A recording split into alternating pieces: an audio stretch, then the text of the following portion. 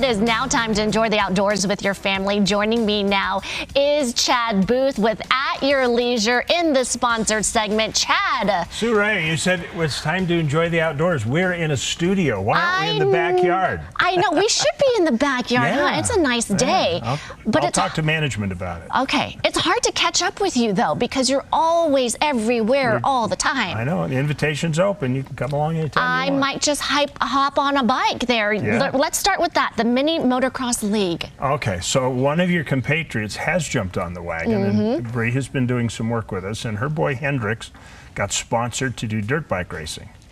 And he had his first run at the track, and we thought, you know what, that's a good At Your Leisure story. Oh, Chad, how did he do? He's an expert at this point. He did pretty well. Okay, tell me how old he is. Well, I think Hendrix is like 11, okay. 11, right around there. All right. And Bree's going to call me and say, you should know better than that. But he went out to the Point Power Sports, and the guy, Brian Green, that owns that dealership, has just always been, there's Brian right there, has always been a great guy to help try and foster this sport and this desire in kids. And so he got all of his gear and got all set up for the races, and he just did great. And he's been out riding on other shows that the Johnsons have been on since. I mean, it's so darn cute. Yeah. And you can tell that he is so passionate at such a young age. What is the draw to this mini sport? Okay, little girls can make doll sounds. Okay, I know somebody's going to complain about that. No. But I've never heard a girl can make a machine gun sound or a motorcycle sound, and boys do that. I can't. My son, who's 11. I don't know. They're born that way. Yeah. I don't know what happens. Okay, let's go to Lake Powell. That is a fun, obviously, a thing to do in the summer. We have for the last couple of years done some stuff with the Yardleys, who are from Eagles Landing, and they keep a big houseboat down there. It's one of their company perks.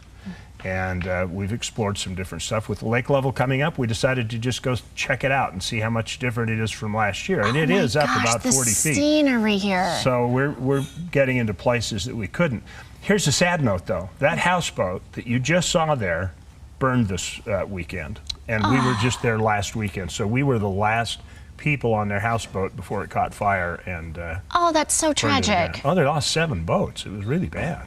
Oh my gosh, and there are more though. People can go down to Lake Powell yes. and rent these houseboats. Yes. But tell me about the scenery and just being on the lake and knowing that the water levels are so much higher than last year. Well, they're still way lower than they were before. But you know, this is the thing. I've been going to that lake since I was in junior high school. I first went there in 1967. And so it had only been coming up a little bit. Every time you go, it's a different lake. Because mountains turn, little channels turn into bays, and bays turn into wide open spaces, and then it goes back down, and features reappear, the sand changes. It's remarkable. You should never miss a season at Lake Powell. Never miss a season. Go several times. Okay, The last place we want to feature is the Mormon Pioneer Track. Okay, for those people who are members of the LDS Church, trekking is nothing new, but a lot of people that have moved to the area have no idea what this phenomenon is. And so young members of the church, they recreate how the pioneers in 1847 crossed the plains, and they go actually drag hand carts full of stuff, and they do it for 2 or 3 days, and it helps them connect with their ancestors, and they learn how to make fires primitively and what to pack. And I mean, it's really kind of like a historical survival class. And these are different routes. Do you have to continue? How many miles are we talking? Well, there are different places.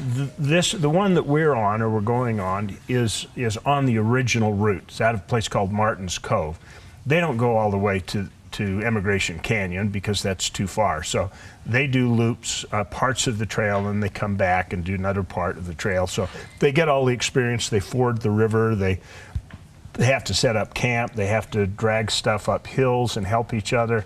It's just a really great way for those kids to connect to their past. Chad, all of these are great options for people. Get outside is the message, and enjoy the great outdoors here in Utah. Exactly. Where can we find your show? Right here on ABC4. Yeah, it's right after your sports program on Saturday nights at 10:35, and you can catch it again 9 o'clock in the morning. On Sunday, it's good if you're not going to church. Yes, okay, Grab a all cup of weekend coffee and long. enjoy. Chad, you are so fun. Thank you for joining us. And thank you to At Your Leisure for the sponsored interview today. Thank you so much. See you. All right.